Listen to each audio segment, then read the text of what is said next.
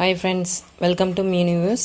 இன்னைக்கு நம்ம சேனல்ல முட்டைகோஸ் போண்டா எப்படி செய்யலாம்னு பார்க்கலாம். அதுக்கு தேவையான பொருட்கள் முதல்ல பார்த்திரலாம்.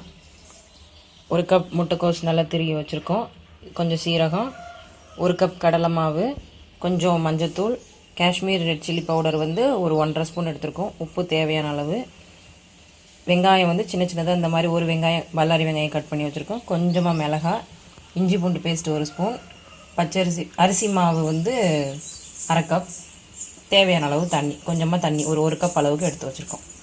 இப்போ இதை முதல்ல நம்ம பிசைஞ்சிக்கிடுவோம். அது எப்படி செய்யலான்றதை பார்க்கலாம்.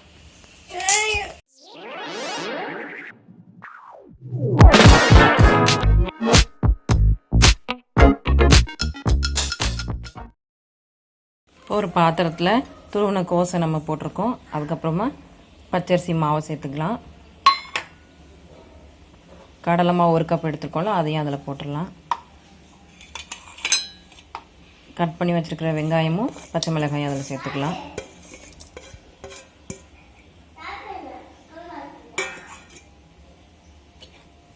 அதுக்கப்புறம் Kashmir red chilli powder 1.5 spoon எடுத்துருக்கோம், அதை போட்டுக்கலாம். இது வந்து கலருக்காக தான், காரத்துக்கு நம்ம பச்சை மிளகாய் சேர்த்துருக்கோம்.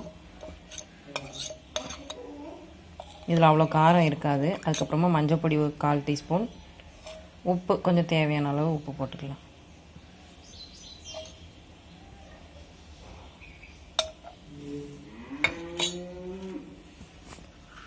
சீரகம் சும்மா கொஞ்சமாக எடுத்து கையிலே அப்படி நல்லா நசுக்கி, இந்த மாதிரி நல்லா நசுக்கிக்கோங்க. நசுக்கி அதை அப்படி தூவிக்கோங்க. இஞ்சி பூண்டு பேஸ்ட் 1 ஸ்பூன் போட்டுக்கலாம்.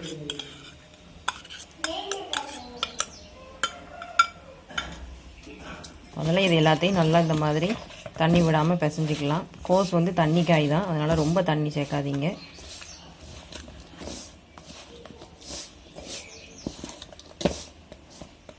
முதல்ல சேர்த்த பொருளை எல்லா பொருளையும் வந்து இந்த மாதிரி ஒன்றா மிக்ஸ் பண்ணிக்கலாம், அங்கங்கே நிற்காத மாதிரி.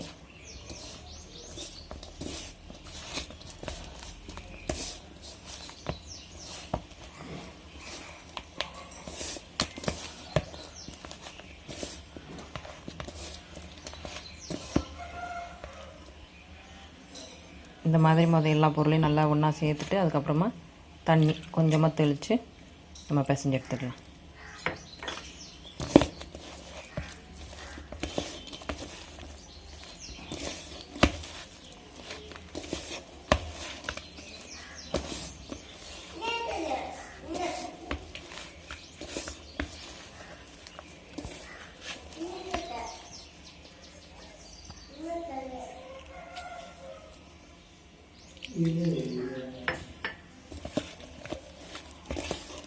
கொஞ்சமாக மறுபடியும் கொஞ்சமாக தண்ணி ஊற்றி பிசைஞ்சுக்கோங்க.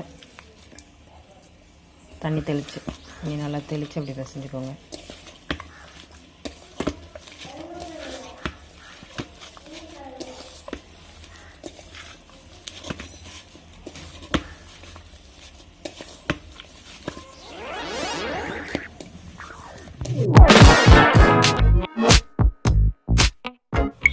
இப்போ நம்ம போண்டா பொரிச்சு எடுக்கிறதுக்காக எண்ணெயை சூடு பண்ணி வச்சுருக்கோம். அதுலேருந்து இப்போ 2 ஸ்பூன் வந்து பிசைஞ்ச இந்த மாவில் சேர்த்துக்கலாம். அப்போ தான் நல்லா முறுமுறுப்பாக இருக்கும் போண்டா. நம்ம இந்த பிசைகிற ஐட்டமில் அங்கே எண்ணெயை சூடு பண்ணிட்டோன்னா இது முடிக்கவும் நம்ம அங்கே போடுறதுக்கு நமக்கு ஈஸியாக இருக்கும். அப்படியே உருண்டை போண்டா சைஸில் போட்டிங்கன்னா உள்ளே வேகாது. இந்த மாதிரி வடை மாதிரி தட்டி போட்டுக்கோங்க, அப்போ தான் வேகும், சாப்பிட்றதுக்கும் நல்லாயிருக்கும்.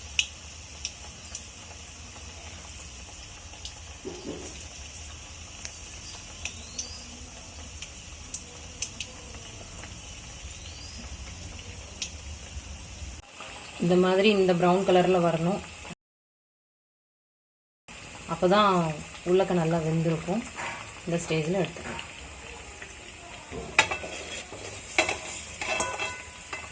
இந்த பாருங்கள், இந்த மாதிரி கலரில் இருந்தாலும் உள்ளே நல்லா வெந்திருக்கும்.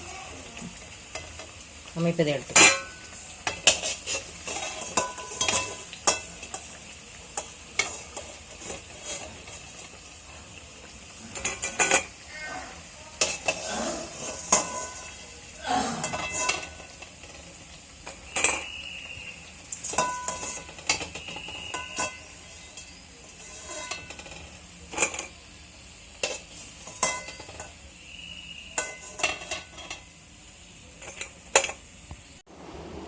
ஓகே ஃப்ரெண்ட்ஸ், இப்போ நமக்கு முட்டைக்கோஸ் வடை ரெடி ஆயிடுச்சு.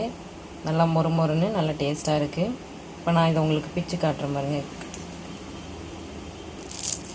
இந்த மாதிரி தான் உள்ளே இருக்கும். நல்லா மொறுமொறுன்னு உள்ளே நல்லா வெந்துருச்சு. நல்லா டேஸ்ட்டாக இருக்குது.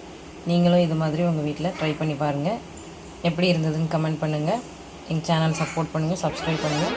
அடுத்த வீடியோவில் மீட் பண்ணுங்கள். தேங்க்யூ.